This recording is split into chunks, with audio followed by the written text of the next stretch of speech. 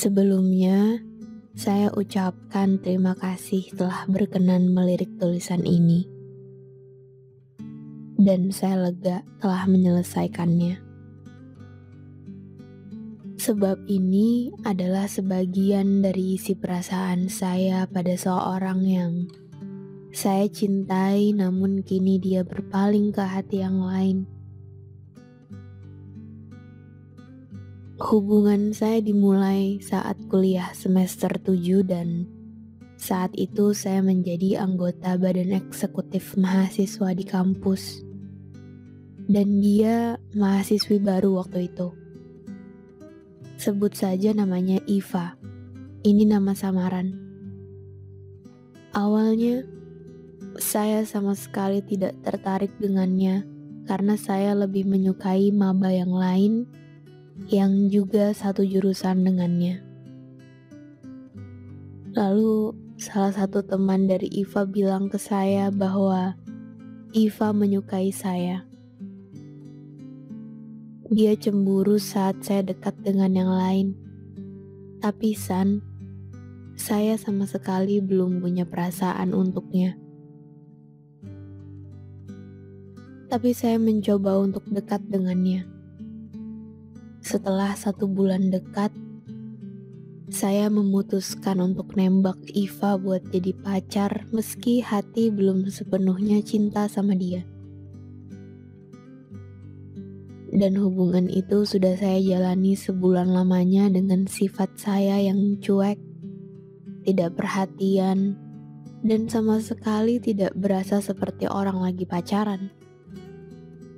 Tapi dia sabar.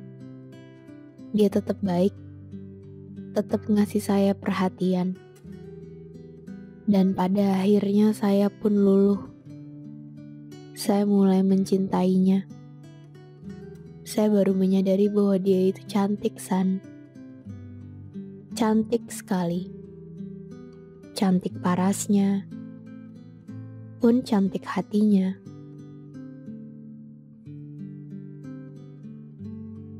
Dia setia menemani hari-hari saya yang bergelut dengan skripsi hingga di wisuda.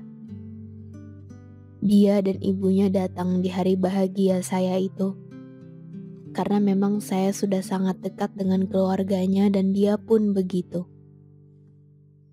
Dan sampailah saat dimana saya harus pergi merantau dan meninggalkan dia sendiri.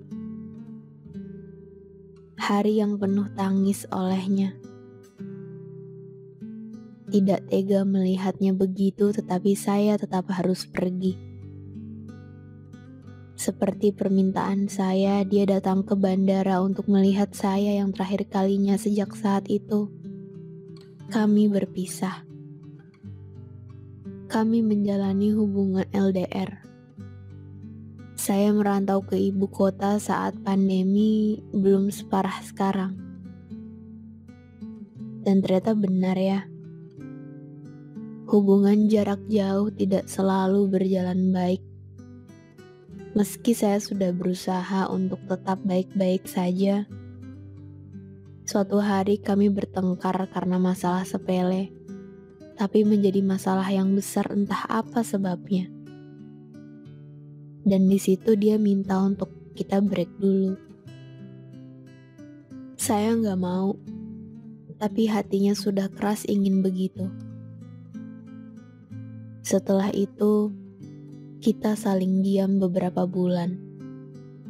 Saya tidak tahan terus begitu. Dan saya memutuskan untuk bicara baik-baik soal hubungan kita. Ya, dia inginnya kita selesai. Tapi saya menolak. Saya masih ingin sama dia. Karena saya udah janji untuk serius dan menikahinya. Tapi hatinya sudah membatu. Dia tetap ingin pisah. Dan pada akhirnya, saya tahu dia udah bersama dengan orang lain sebulan setelah saya pergi merantau. Dia menjalin hubungan dengan seorang laki-laki berseragam meloreng dan meninggalkan saya yang masih berusaha mencari jati diri dan berjuang untuk hubungan yang lebih serius sama dia. Tentu saja saya nggak rela begitu saja. Saya sudah berusaha meyakinkannya. Namun, yang berseragam lebih hebat menguatkan hatinya, San, ketimbang saya yang saat itu belum jadi apa-apa. Bukan, saya tahu ini bukan salahnya. Ini salah saya sendiri. Salah saya yang belum bisa jadi apa-apa. Salah saya yang tidak bisa jadi seperti yang dia mau. Jadi seperti yang dia harapkan. Terima kasih ya Sana. Terima kasih sudah dibacakan. Maaf jika terlalu panjang. Saya sudah berusaha agar lebih singkat, tapi banyak yang harus saya tuliskan agar tidak ada salah paham. Assalamualaikum. Waalaikumsalam. Kayaknya aku gak perlu nambahin apa-apa ya. Karena ya aku sendiri juga jadi terbiasa sama yang namanya kehilangan.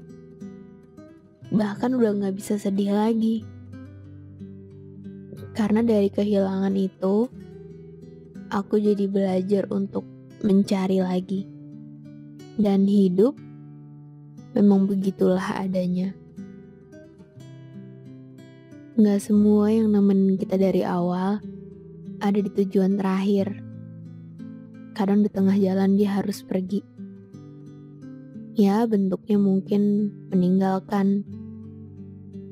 Tapi kita emang gak pernah bisa maksa seseorang, apalagi untuk tinggal.